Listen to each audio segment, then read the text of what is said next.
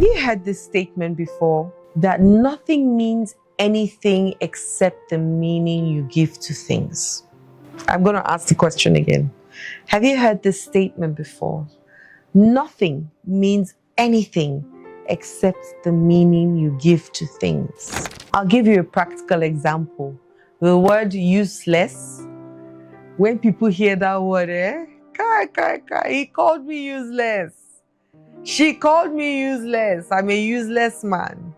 I have a friend called Praise. Praise says, what if you turn that word useless to use me less?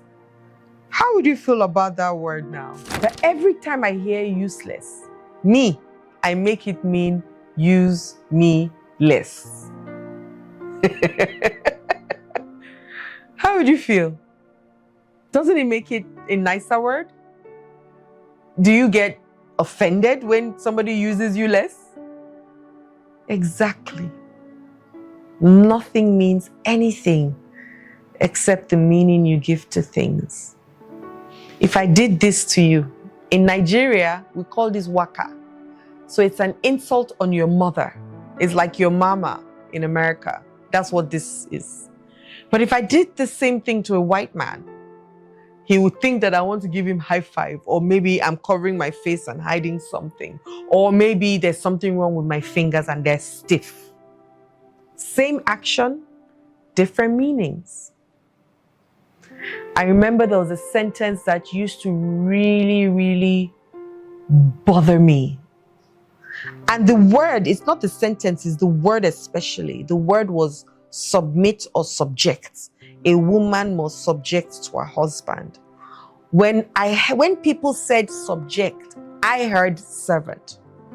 So I made the meaning of submit and subject, I made it mean servant.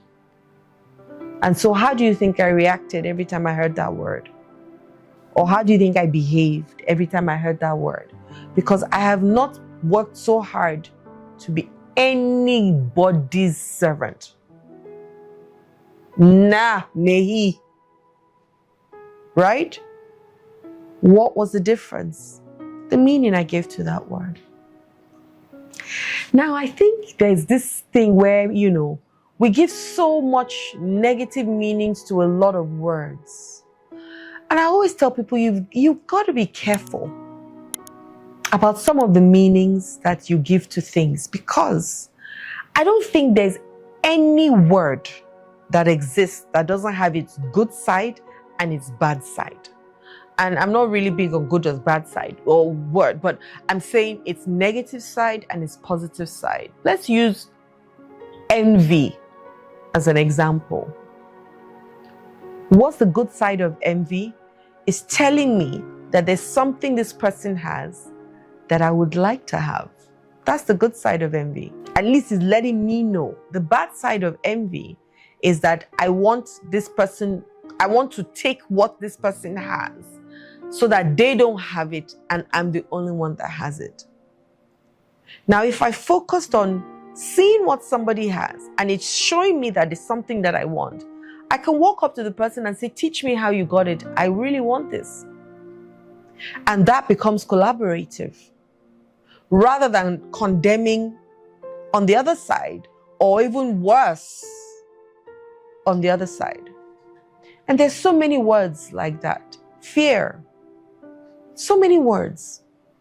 So I always tell people, don't focus only on one side. Oh, this is what it means, that's that. No, there are different meanings to it. One day I was speaking to my husband and I said to him, you're ignorant of something. And he got upset. And I was wondering why he got so upset. I had to ask him, I said, hold up, ignorance. Do you know the meaning of ignorance? Ignorance means you don't have information, you don't know something. Why are you upset about it? Do you know everything? You don't know everything. So of course there are certain things that you'll be ignorant of. Just like in your workplace, I'm going to be ignorant of so many things that I don't know. It's going to happen vice versa. So rather than making it a word and say, I'm ignorant, and it's an insult. Oh, I could be ignorant of what you're talking about. And you can nod your head and say, you're right. I'm ignorant of this particular thing. Not of everything, but this particular thing, I'm ignorant. What are the words that trigger you? Because even if it's the best word, there's some people love triggers them. Because they've been hurt so many times. They've been abandoned, rejected so many times. Heartbroken, as they say. So many times. But does that really mean that that's where you're going to stay for the rest of your life? The truth is that you're the one going to suffer for it. You're going to suffer from the joy that you could have received by making new friendships. So what are the words that trigger you? There's something behind the reason why it has triggered you, by the way. I was speaking to somebody a couple of days ago and I said, spelling, you've got to be very careful with your words because it's called a spell for a reason. It's called a spelling for a reason. You cast a spell on yourself by the words. And she says, oh, I won't use spell. I said, why? She said, because spelling connotes negative, manipulation and witchcraft. And I started smiling. I said, when you're watching TV and you're watching a movie and you start crying, why do you think you're crying? You're in a spell. You're spellbound by the movie at that moment until you shift your gaze. And so she goes, okay. Because she imagined spell was something negative. It's only witches that cast spell on people.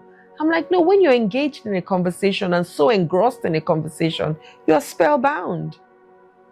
And she opened up to it immediately. What are the words that trigger you? What are the words that trigger you? Do you even know them? Do you know the words that trigger you? If they trigger you, they're triggering you for a reason. Sometimes it's because that's how you feel about yourself. And so this person is just projecting it on you. That's why you get very upset when you hear some of those things. Because deep down you feel useless.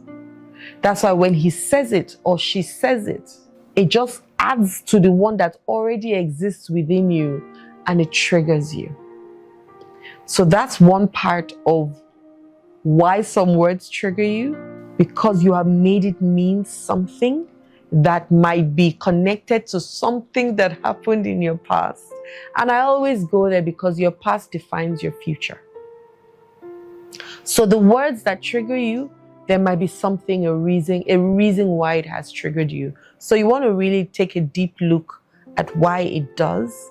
And then also look at, what if I created a different meaning for it?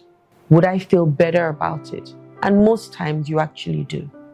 What if you can find a way to turn that meaning into a different meaning that becomes positive for you? Same word, but a different meaning. What if, you remember I said the magic that you're looking for is on the other side of the work you're unwilling to do? Maybe this is the magic that you're looking for.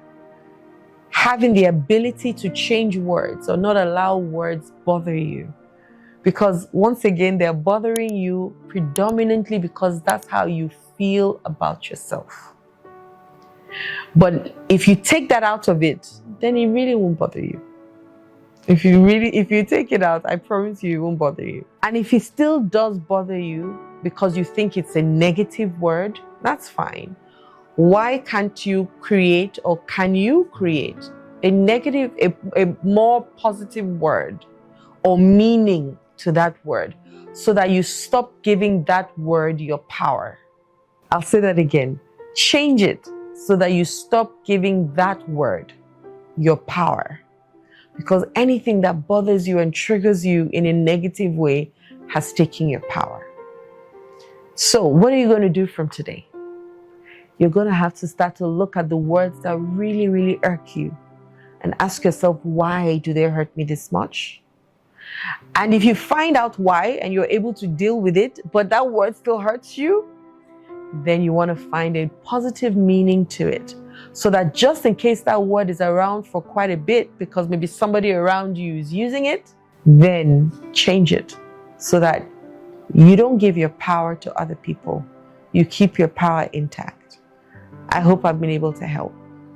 Love and light. Hi there. My name is Adiola Kingsley James. I hope these videos that I've been creating and producing are really transforming you. Honestly, that would be a gift to me. Don't forget, subscribe today. Now. Click on the notification bell below so that you can get the videos as they drop, and I drop 3 videos every week. And lastly, share me with other people so that as you grow, you're not the only person in your clique or your community that is growing. You're growing with other people as well, and we can build lasting communities and better human beings. Love and light.